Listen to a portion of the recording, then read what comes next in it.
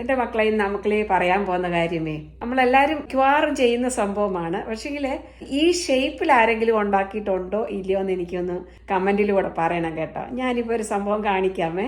ഇങ്ങനെ നിങ്ങൾ ആരെങ്കിലും കണ്ടിട്ടുണ്ടോ ഉണ്ടാക്കിയിട്ടുണ്ടോ എന്നുള്ളത് പറയണം. വാ നമുക്ക് വീഡിയോയിലേക്ക് പോവാം കേട്ടോ. നമ്മളെല്ലാവരും പാലപ്പം ഉണ്ടാക്കും. സാധാരണ എല്ലാരും ഉണ്ടാക്കുന്നത് റൗണ്ടിലാണ് പാലപ്പം ഉണ്ടാക്കുന്നത്. പക്ഷെ ഞാൻ ഇന്ന് ഉണ്ടാക്കുന്നത് വേറൊരു ഷേപ്പില് ഞാൻ ഉണ്ടാക്കാൻ പോവാമേ.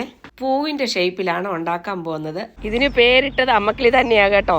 ഇവിടെ വന്നിത് കണ്ടവരെല്ലാവരും അതേ പേര് തന്നെ പറഞ്ഞപ്പം പിന്നെ നമ്മൾ അങ്ങനെ അങ്ങ് വെച്ചു. ഞാൻ ഇങ്ങനെയാണ് മിക്കവാറും പാലപ്പം ഉണ്ടാക്കുന്നത്. ഈ പാലപ്പത്തിന് പറയുന്നത് പൂവപ്പം എന്നാണ് പറയുന്നത്. ഇങ്ങനെ ആകുമ്പോ ഒരു വെറൈറ്റി അല്ലേ.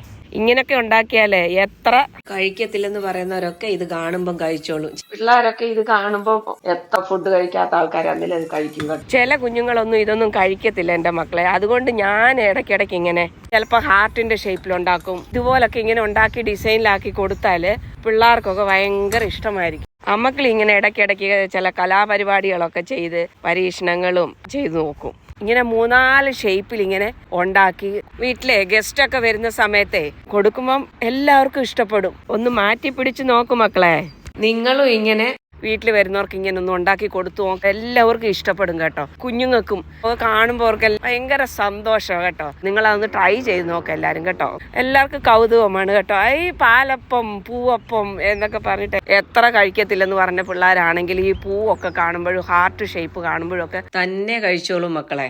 പിന്നെ വേറൊരു കാര്യമുണ്ട് മക്കളെ. പാലപ്പവും വെള്ളയപ്പവും ഒക്കെ എളുപ്പത്തിൽ ഉണ്ടാക്കാനുള്ള ഒരു വീഡിയോ നിങ്ങൾക്ക് ഞാൻ പറഞ്ഞു തരാം. അത് വേറൊരു വീഡിയോയിൽ ഒത്തിരി നാളുണ്ട് ഞാൻ വിചാരിക്കുന്നു. എന്റെ കുടുംബത്തിലുള്ളവർക്ക് കൂട്ടൊന്ന് പറഞ്ഞു കൊടുക്കണമെന്ന്. പെട്ടെന്ന് ഉണ്ടാക്കാൻ പറ്റുന്ന ഒരു സംഭവമാണ് കേട്ടോ. ഭയങ്കര ഈസി എന്ന് പറഞ്ഞാൽ ഭയങ്കര ഈസി.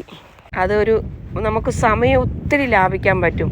ഈ അരച്ചു കഴിഞ്ഞ് 8 മണിക്കൂറൊന്നും വെച്ചിട്ടിരിക്കേണ്ട കാര്യമില്ല. അങ്ങനെ ഒരു പുതിയ ഐഡിയ മക്കളി നിങ്ങൾക്ക് പറഞ്ഞു തരാം കേട്ടോ.